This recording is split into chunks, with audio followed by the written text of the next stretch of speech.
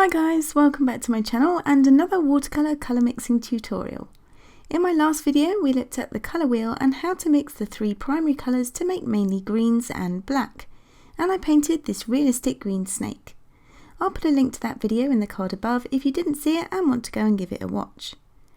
In this video I thought it would be fun to do another colour mixing tutorial and show you how you can mix two complementary or opposite colours on the colour wheel to mix some really interesting neutral greys and brown colours, which can be really useful in any painting, but especially if, like me, you like painting animals.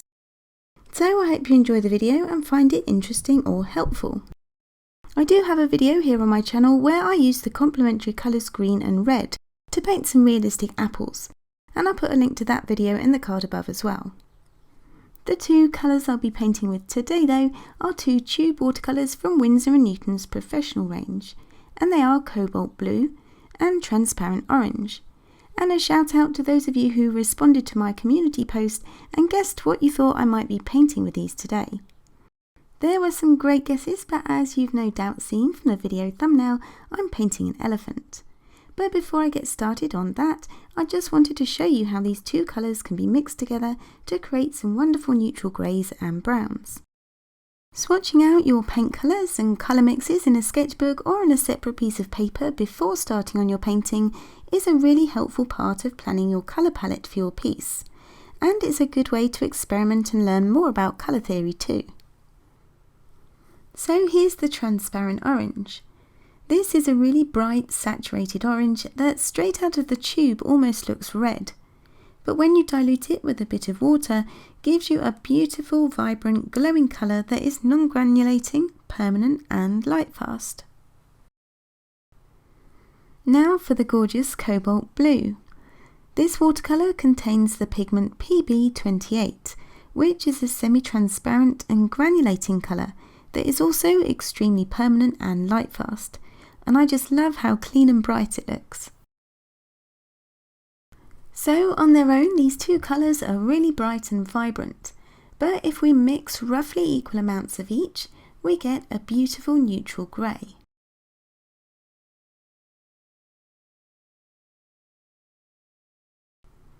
And as with any watercolour, you can get a lighter version of the colour just by adding water. Now if you don't have the same paint colours as me, then don't worry. Try experimenting with the blues and oranges you do have, as well as other complementary colours to see what colour mixes you come up with. If you find that you are getting muddy looking colour mixes, then have a look at the pigment numbers on your paints, as sometimes blues can have green or red added to them, and oranges can, unsurprisingly, have different reds and yellows in them, which can affect your colour mixing. The easiest way though to find out what works and what doesn't work is to test it out, so have some fun with it. Now depending on the proportions of each of these two colours, you can lean the mix more towards warmer brown hues by adding more orange than blue, like I've done here. Or you can lean the colour more towards cooler blue-grey hues by adding more blue than orange. And you can make darker colours just by adding more pigment, which will really help to add contrast and depth to your painting. Something else I discovered when swatching out these two colours was that when you mix a transparent colour like the orange with a granulating cobalt colour like the blue, you get a really interesting granulation effect where the two colours separate out, which I think is really exciting and will be great to add texture and interest to my elephant painting. So let's get started. I'm painting on Hahnemuhle Expressions 100% cotton cold pressed paper today, but I will list all the materials as well as the reference photo from Pixabay down in the description box below this video if you are interested or want to try this one out for yourself. I've lightened my pencil sketch using a kneadable eraser so the outlines aren't visible on my finished painting, and I'm going to start by painting the background using the colours in their pure form, so not mixed together. Having complementary colours together in a painting can really make it eye-catching, and it was probably these contrasting colours that caught my eye when I was flicking through looking for a reference photo. For the blue sky behind the elephant, I wanted a splash of colour rather than painting it all in, and I wanted nice soft paint edges. So I used the wet and wet method, pre-wetting the paper first with clean water before loosely painting on the cobalt blue.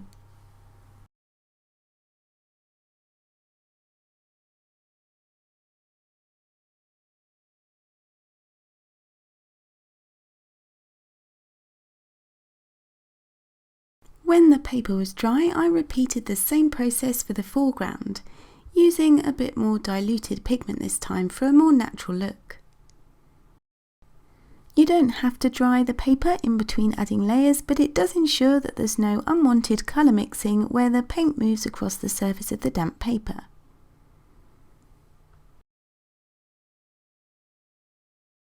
I used this same watery orange mix on any areas of the elephant where I could see warmer undertones from my reference picture. So on the top and middle of the trunk, on the legs, the tips of the ears, and on the top of the back where the light's shining on it. Underneath the elephant's belly, I added more concentrated orange pigment for a real pop of colour.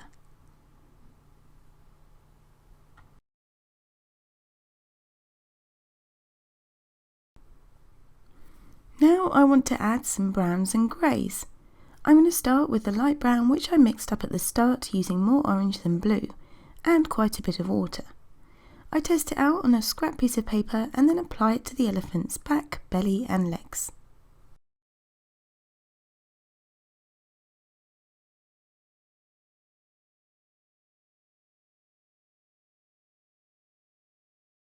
Next, I swatch out the neutral colour I also made at the start using roughly equal parts orange and blue, but decide I want more of a blue-grey, so I simply add more blue.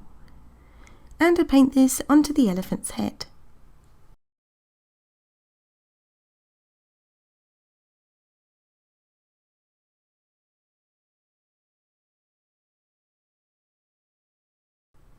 I also drop in some of the blue on its own whilst the grey paint is still wet, and let the colours mix together on the paper.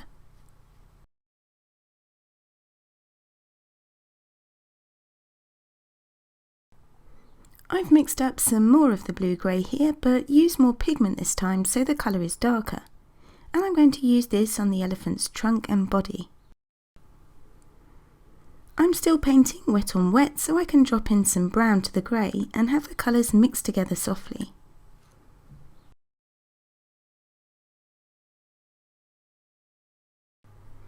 I also start to suggest at some of the creases in the trunk just by painting on some loose curved lines with the tip of my brush. And because the paper is still wet, they diffuse out softly.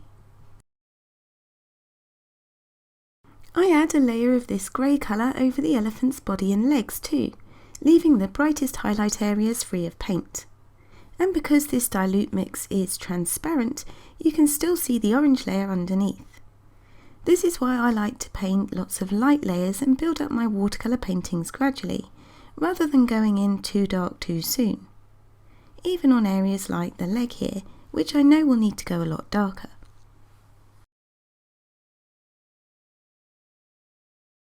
On to the ears next, and I was really looking forward to painting these. Indian elephants have smaller ears than their African cousins, but the colours and patterns in them are beautiful.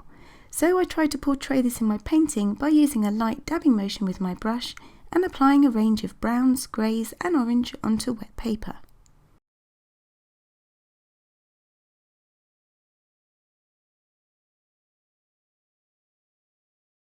Now that's all dry, I'm going to mix up a much darker brown to add depth and contrast to my painting. To mix this colour, I use more pigment and less water, and use slightly more orange than blue to create a rich dark brown.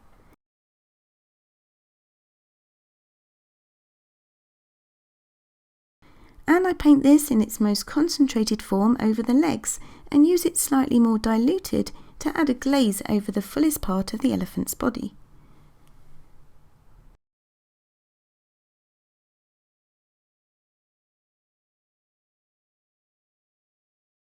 I soften out this edge here by running a clean damp brush along it, as I want to keep the bottom part lighter.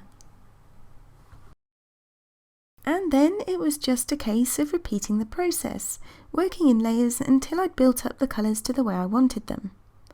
I tried to use a variety of browns, neutrals and greys, as well as blue and orange to add interest to the piece, and I continued to paint either wet on wet, like I'm doing on this trunk, or by glazing transparent washes onto dry paper, making sure to let each layer dry thoroughly in between. I wanted my painting to look realistic, but I didn't want to spend hours having to paint each and every crease in the elephant's skin.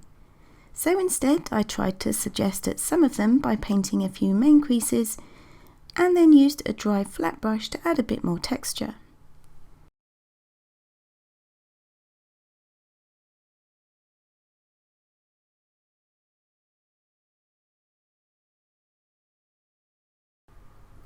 I also used the flat brush to lift out some of the highlights.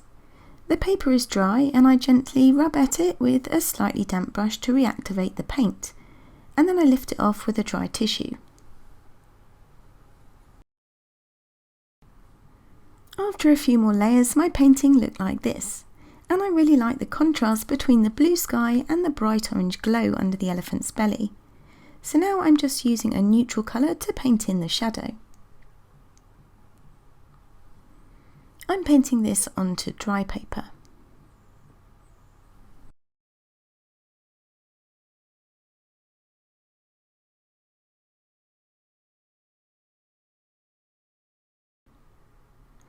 For a bit more texture, I also added a few splatters with an old bristly brush and some of the leftover dark brown paint on my palette. And then I redefined a few folds in the skin with the tip of my round brush.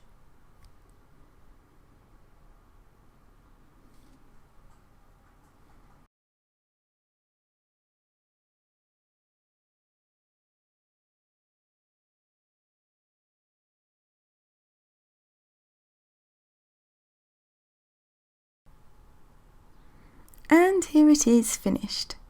Painting a subject with just two colours can sound like a bit of a challenge, but just by changing up the proportions of each colour and your paint to water ratio, you can actually create a huge variety of colours and values. So I hope you've enjoyed the video, and if you'd like to see more colour mixing tutorials, do let me know in the comments box below. Thank you so much for watching, take care, enjoy the rest of your week, and I'll see you all in the next one. Bye!